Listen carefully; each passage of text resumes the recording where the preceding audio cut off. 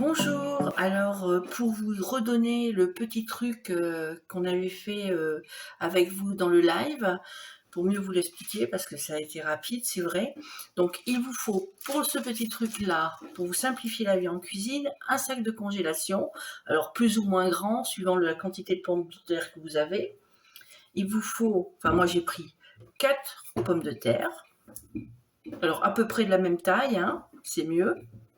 Une fois que vous avez pris vos pommes de terre, vous ouvrez votre sac, vous placez vos pommes de terre à l'intérieur du sac. Voilà. Voilà, très bien. Une fois que vous avez fait ça, vous prenez un ciseau. Je ne sais pas si vous allez bien voir, mais vous prenez un ciseau et vous coupez à peu près à la moitié, comme ça. À moitié, puis vous tirez un petit peu sur le sac. Je ne sais pas si vous voyez bien, mais le sac s'ouvre comme ça.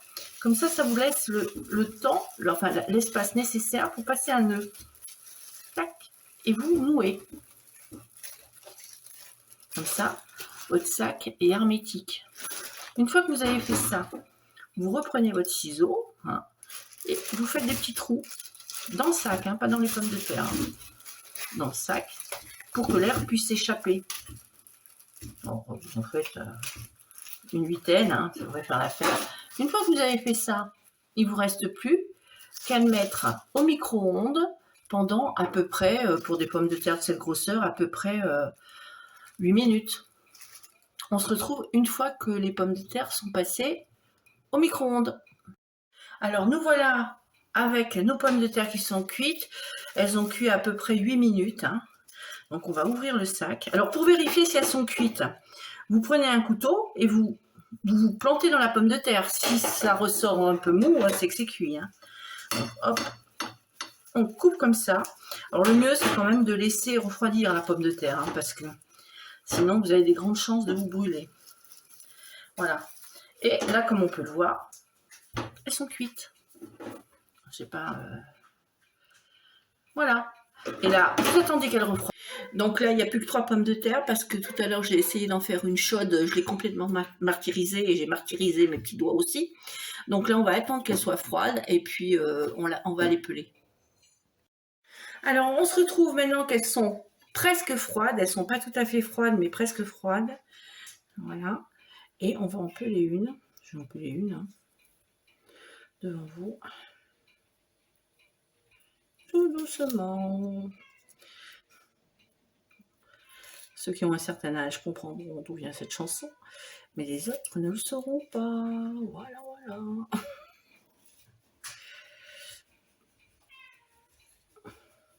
Voilà. Prenez tout doucement votre pomme de terre. Voilà. Et j'ai Guenille qui miaule parce qu'elle a envie de sortir.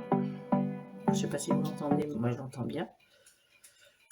Voilà, très bien. On va pousser ces deux-là.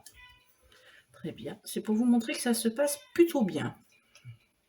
Alors, celle que j'ai essayée tout à l'heure, elle était tellement chaude que, à force de pousser des ailles et des houilles, elle est partie en miettes. Mais voilà ce que ça donne. Vous voyez, ça vous donne une pomme de terre. Et puis, on va pas prendre ce couteau-là, parce que c'est un couteau un peu... Elles sont tièdes, hein, je vais pas vous mentir, mais vous voyez, après, vous pouvez les couper en rondelles.